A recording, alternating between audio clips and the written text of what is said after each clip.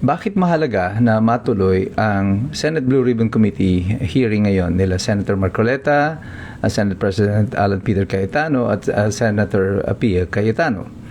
Ito si Attorney Mike Operario. Pag-usapan po muling natin yan. Ngayon nga, medyo nagkaroon ng tensyon na naman at kaguluhan kasi nakita na naman natin, andun na naman yung mga pulis sa venue kung saan gagawin yung Senate Blue Ribbon Committee hearing. At sa tingin ng marami, parang tila ba merong masidhing effort ang gobyerno talaga, ang administrasyon na ito para pigilan na matuloy itong Senate Blue Ribbon Committee. Kahapon nga lang, naglabas na naman ng statement itong si Senator Erwin Tulfo na wala nga daw hearing today.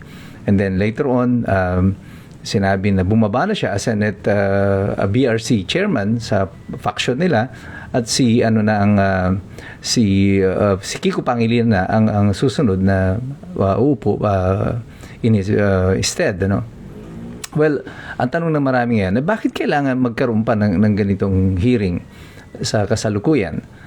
Well, it's all about timing and closing window of opportunity. Kasi pinag-usapan na po natin dito, baka meron na namang lumipat na isang senador dito sa block ng mga BBM-12. At isa nga sa pinag-uusapan dyan ay itong si Senator Villanueva. Pero that is supposed to happen tomorrow. Kung mayroon mang lilipat, bukas yan mangyayari doon sa special session ay pinapatawag ni BBM. Well, before that happens, it is important na may mangyari po today. Kasi kung makuha na po nila yung 13 at lumipat na nga tuluyan ang sino pa man yung nililipat na yan sa kanilang block, ay mawawala na ng saysay yung anumang mga objection tungkol doon sa bilang ng quorum, ng sino yung pwedeng mag-elect. Kasi with 13, they definitely now have the number to elect. So right now, on record, still is a stalemate. Dapat yan ay existing pa rin yung present, yung before na pumasok itong BBM-12. Sila pa rin yung mga nanunungkulan, kasama yan sina Senator Pia Cayetano as chairman of the BRC. At kailangan na nilang madinig ang testimonya ng mga sundalo ngayon kasi pagkatapos po kung makalipat na nga at makuha na ng mayorya ng kabila ang Senate Blue Ribbon Committee, asahan ninyo hindi nyo na uli-muling madidinig pa yung 18 mga sundalo na to, yung 14 na susunod na testigo, at yung 100 pa na sinasabi na susunod na mga magte-testify na ginamit sa pagde-deliver ng mga pera. Ito ang dahilan kung bakit hanggang sa kasalukuyan ay parang nakikipagpilitan itong BBM-12 na makikipag-agawan sa pagkakandak ng Senate Blue Ribbon Committee. Kitang-kita naman nating lahat na yung sa ginawang Senate Blue Ribbon Committee ng kabilang partido, ng kabilang grupo, wala naman talagang committee hearing na nangyari. Consultative meeting na nga lang. At ginawa lang nilang resource person nila si Matibag na pinagtatanong at kung ano nung mga pinagsasabi na naman doon sa Senado. At parang nadagdagan yung bilang ng mga Senado. Nasama na doon si Matibag sa kanila.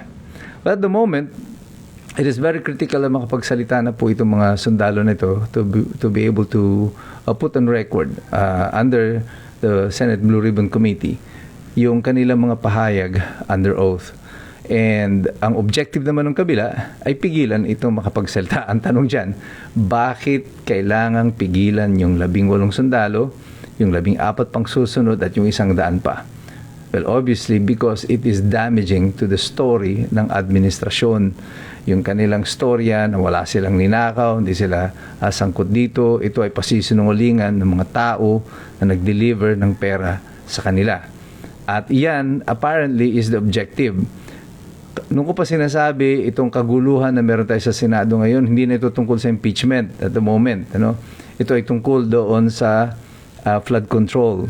Kailangan mapigilan yung mga tao nito na makapag-testify kasi it will be damaging to the administration. The impeachment, ala na ito, it's a foregone conclusion. Kung kahit siyam lang ang matira kay Sara Duterte, ganun pa rin, hindi pa rin nila ma-impeach si Sara. But if gumulong itong Senate Blue Ribbon Committee at makapag-identify pa itong mga mga sundalo, na kung sino-sino yung mga involved, ano yung mga deliveries na ginawa nila, mapapatunayan ito na yung katotohanan ng lahat ng mga testimonya simula pa nung kay Orly Gutesa ay totoo. Nasaan na nga si Orly Gutesa, hindi na malaman kung nasaan siya, kung siya ba ay buhay pa o patay na. At ang simula ng story nito mula kay Orly Gutesa, nasundan pa ni Odi Mungao, si Orly Gutesa, hindi na alam kung saan nagsalita, hindi na malaman kung saan napunta, baka nga daw patay na. Si Odi Mungao na nag-withdraw ng suporta sa Pangulo, kahit na siya isang sundalong aktibong nasa service, siya ngayon ay nahaharap sa court martial.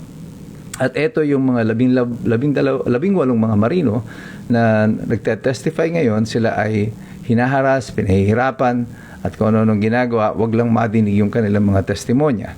At meron pang lalabas na 14, at ito mga ito ay aktibong nasa serbisyo sa kasalukuyan. At meron pang 100 na susunod. Kung nakikita ninyo, there is a pattern growing here. Meron pong lumalabas na pattern dito. Yung mga sundalo, yung mga totoong mga nagseserbisyo sa bayan na nag-alay ng kanilang buhay upang ipagtanggol ang republika, expert sa pakikipaglaban, ay ginamit ng mga korap na mga politiko bilang tagapagbantay ng mga perang kanilang ninanakaw.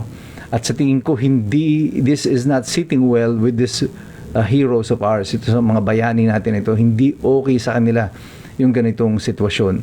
Na matapos sila mag-alay ng kanilang panahon at buhay, pawis at dugo para sa ating bayan, ginagamit sila ngayon bilang instrumento ng katiwalian. There is still honor in governance, in government, and in public service. Ang problema lang, wala ito dun sa mga elected officials.